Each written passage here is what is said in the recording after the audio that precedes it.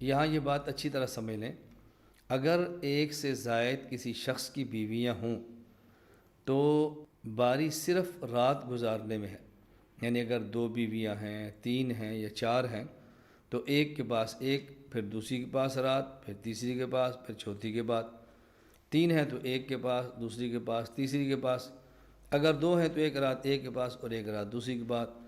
رات گزارنا ضروری ہے، لیکن کسی شوہر کے ذمے دونوں بیویوں سے ملنے میں، ہم بستر ہونے میں برابری کرنا یہ کوئی شرط نہیں ہے۔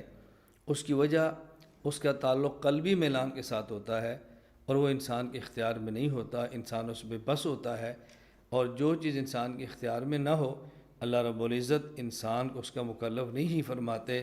لا یکلف اللہ نفسا الا وسعها، قرآن کریم کا فیصلہ ہے، اللہ ہمیشہ بندے کو مکلف اس کی وسعت اور اس کی طاقت کے مطابق ہی فرماتے ہیں۔ تو یہ بات اچھی طرح ذہن نشین فرما لیں۔ نمبر 2، اگر ایک سے زائد بیویاں ہیں تو سفر میں باری نہیں ہے کہ اگر ایک کو سفر میں لے کر گئے تو دوسری کو دوسرے سفر میں اس کو لے کر جائیں، ایک میں ایک کو، ایک کو دوسری کو، یہ کوئی ضروری نہیں ہے۔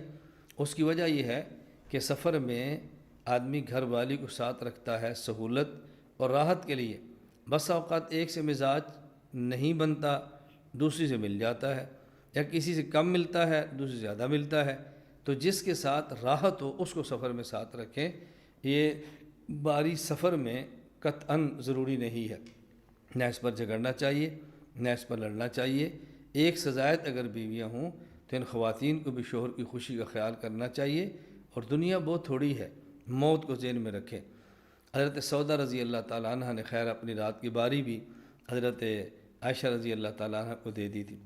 نبی کریم صلی اللہ علیہ وسلم دنیا سے چلے گئے، حضرت سودہ رضی اللہ تعالیٰ عنہ نے نبی کریم صلی اللہ علیہ وسلم کے دنیا سے تشریف لے جانے کے بعد مکہ مکرمہ کا حج اور عمرہ کے لیے بھی کبھی سفر نہیں فرمایا، کبھی۔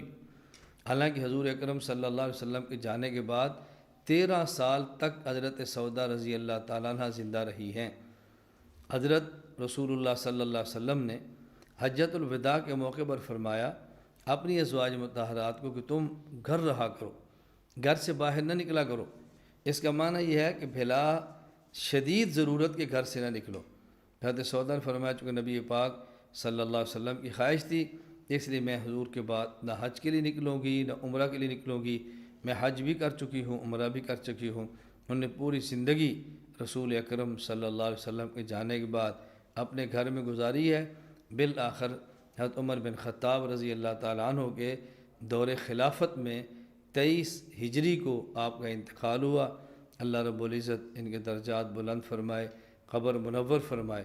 پھر رسول اکرم صلی اللہ علیہ وسلم کا بے حد ساتھ دیا، آپ کی خوشیوں کا خیال فرمایا، اور ہر وہ شخص بطور خاص جو کسی تحریک کو لے کر چل رہا ہو، وہ مشقت کے اندر رہتا ہو، تکالیف برداشت کرتا ہو، تو گھر کا ماحول جس قدر اس کو اچھا میسر آ جائے، اس کی اولاد، اس کے گھر والے اچھا ماحول دیں تو دینی خدمات میں اس کو بے حد آسانی ہوتی ہے۔ اللہ ہم سب کو ایسا گھر کا ماحول عطا فرمائے۔